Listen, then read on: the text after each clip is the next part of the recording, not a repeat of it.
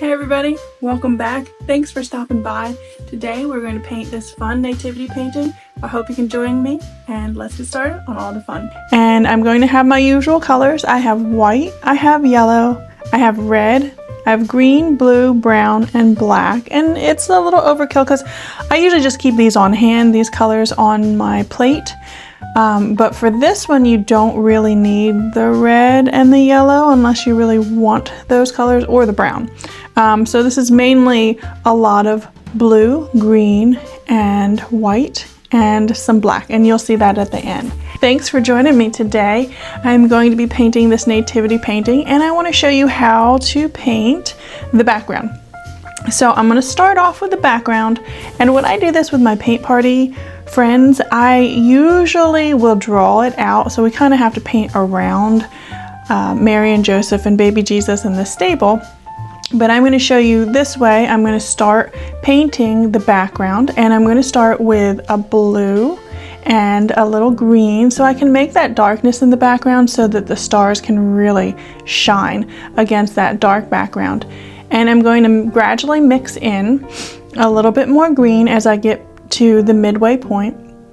And as I get halfway down the canvas, I'm going to add some white to my blue and green. So it's a really pretty pale aqua, and it's going to be a great backdrop for the rest of my painting of the silhouettes. And I will show you that when I get there. And you don't have to go all the way to the very bottom because we have the silhouette that starts on the bottom, but you can if you want to. And as I'm painting, I'm going to show you that I'm doing the sides as well, just so that it's consistent with the front. But you don't have to do that. You can do in the background, you can just wait until the end, and you could do the whole thing in blue, or you can do the whole thing with an outline of black as well. All right, so and now I have dried my canvas just so that I can keep going. Quickly show you guys, I dried my canvas with a blow dryer, so it's completely dry. You can see that I have the sides that I've done, and I've left the bottom because the bottom in this painting, as you guys can see with the nativity, it's a little roughed. I need to this painting's been with me for a while. I use it for my own Christmas decorations and put it up every year, is just the silhouette of black. We're gonna go in here, but first I want to show you guys how to make this barn here. So I need my pencil, and the other thing that I'm going to use is my little triangle. And that way I'm just even and straight, and I can go ahead and take my canvas and maybe measure in, I can measure it of course, so maybe about 2.5 inches. I'll make a little mark right there, and 2.5 inches on the other side. You don't have to be this precise unless you want to be. And then I'm going to make my lines. And the nice thing about this is you can make it even, of course, with the bottom. So I have those two lines, and of course I'm going to come around, and I can draw that for you guys. I'm going to kind of come around here with the bottom of and I'm just eyeballing it. And of course my stable will come all the way down there, all the way down, and now I've got to connect it on the top. So I will take my triangle, and I will make sure we are even,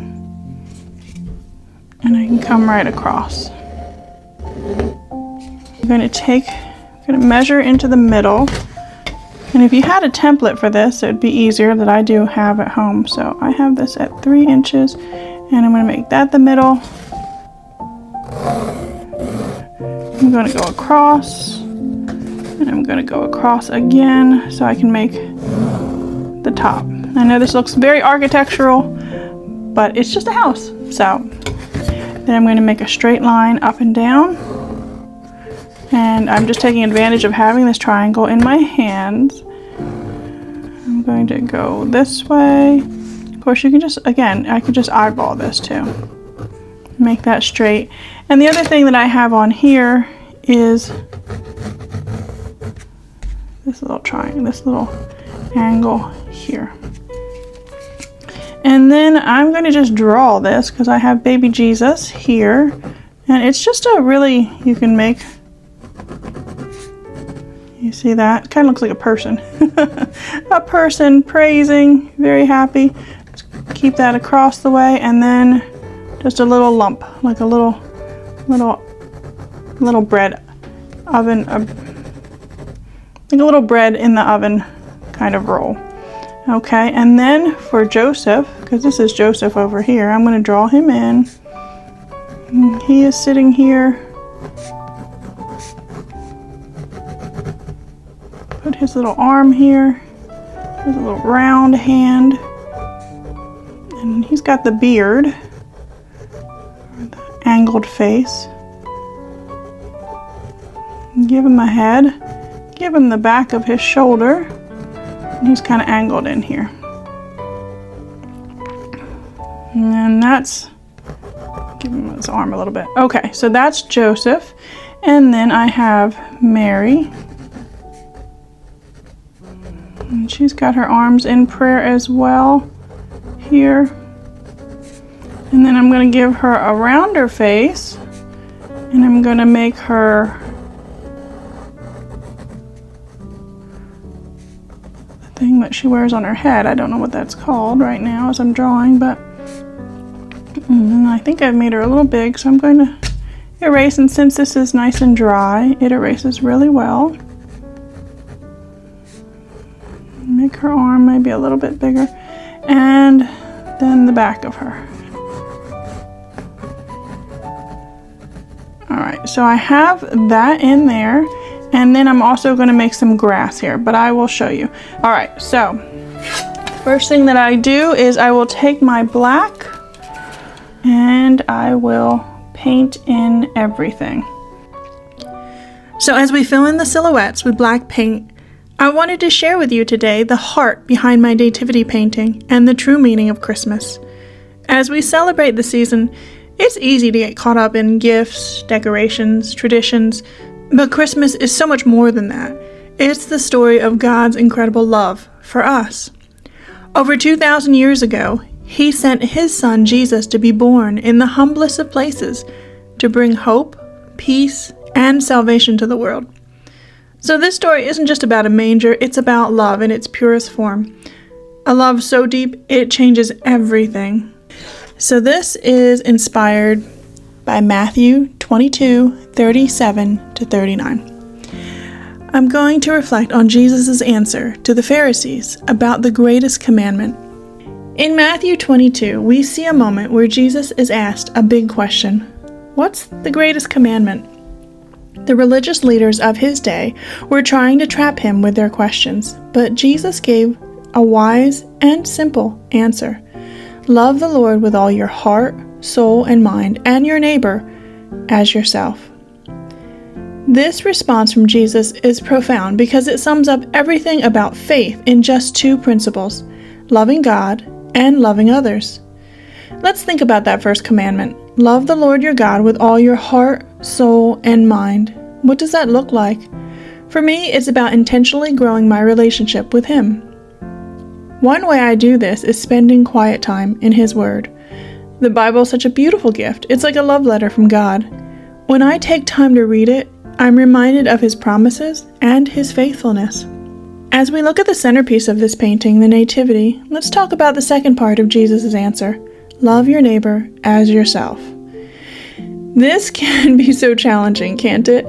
I talk a lot in my videos about how to respond, how to have relationships, how to work with other people, and also how to help yourself when relationships don't always go the way that you want them to, or you don't know what to do. Loving people isn't always easy, especially when we're hurt, stressed, or we feel misunderstood. But here's the key. When we're deeply connected to God's love, it becomes easier to love others. So think about it. Jesus didn't just tell us to love. He showed us what love looks like. He humbled Himself to be born in a stable, to live among us, and to ultimately give His life for us. I'll be honest, there have been times in my life when loving others felt almost impossible. But those moments pushed me to lean into God even more. When I spend time in prayer asking God to help me see others through His eyes, my perspective definitely changes. So here are 3 ways we can grow in loving God and loving people. The first way is to spend time with God daily. Even a few minutes of reading the Bible or praying can refocus your heart. And I don't say that from a high position, a holier than thou, like I read my Bible every day. I don't often pull my actual physical Bible out. I have it on my phone, so I will do that oftentimes. I also have the Bible app, and they have devotionals every day, and I love to do that, and I especially love to do that in the morning before I even get out of bed. Before I scroll on social media, I look at the Bible app and I do their devotion, and that, I have found, helps to focus my mind on things that are not always the minor details of life, but it helps to reshape and refocus my heart. So that is one way I do that. Number 2, you can reflect on how much God loves you. When you understand His unconditional love, it's easier to extend grace to others. I know there are a lot of people who've been hurt by the church or hurt by other people, or even feel hurt by God and the choices that it seems like He has laid out before us. And unfortunately, there have been a lot of times in my life that I have had hurt. And I've had to realize that no matter what happened, no matter what choices I've made, what other choices other people have made, that God loves me, that it's not about making my life perfect, but it's about drawing me closer to Him. And I don't know all the reasons everything happened, like I've shared before. I've lost a child. I've gone through divorce. I've been in some bad situations, and it has led me to question a lot. But instead of saying why, I ask myself, who and what? Who loves me? What do they feel about me? And when I know that I have family and friends, but despite any of that, I have God, and He will never leave me. And what can I know is that He loves me, even when I don't feel lovable, even when things are hard, even when circumstances don't look like things are going to get better. Knowing that God loves me, that helps me every single day of my life. So number 3 is to practice small acts of kindness. Loving people doesn't have to be grand. It's often the little things that mean the most. I'm sure you can think back to something small that someone did that just brightened your day and helped that moment to get better, helped that day or that month to get better. So especially in this season, especially in December, when it feels like there's a lot of stress and people are shopping and people are driving crazy and things can just get overwhelming, remember that you can be that small act of kindness in someone's life. For me, creating art has always been a way to connect with God. Painting this nativity scene is a reminder for me of His love and the joy that comes from sharing that love with others. I painted this painting, my original painting, years and years ago, and I've been able to share it with my paint parties to lots of other people. But one thing that always makes me happy is every Christmas I bring this out and I put this on my mantle or I put this on my wall and I remember. And it brings me joy every Christmas season. This nativity scene it's such a perfect symbol of God's love. It's the moment when God entered the world to show us what love truly means. And the best part, that love isn't just for a select few. It's for everyone, including you. If there's one thing I hope you take away from this video, it's this. God loves you right where you are, just as you are. His love is endless, and He invites you to experience it every single day. Please don't feel like you're an outsider. Every time I look at the world, I look at how amazing it is and the variety of colors and the variety of animals and the variety every night of the sunsets that God paints for us. I experience His love And I think that it's such a miraculous thing that he takes the time out of all that he's in control of, and he loves me, and he knows me.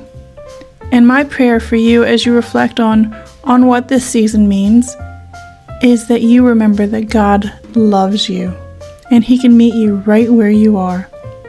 So if you have any questions, especially about what that means about God loving you and coming into the world, and ultimately, as Easter comes around and we reflect on his sacrifice for us, please feel free to ask me any questions.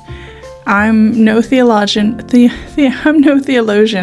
and I don't have everything perfectly mapped out, I guess. I'm learning as well. But my prayer is that you would know that he loves you, and he wants for you to turn to him. And I hope that helps you this season. Again, feel free to reach out. Thanks so much for painting with me today. If this video encouraged you, please give it a thumbs up and share it with someone, especially this season, who could use some inspiration. Because painting, I find it fun to watch anybody paint. That's one thing that I always tell my paint party friends. It's always fun to watch other people paint. Don't forget to subscribe for more creative content, and I'll see you next time. As always, keep creating with love and purpose.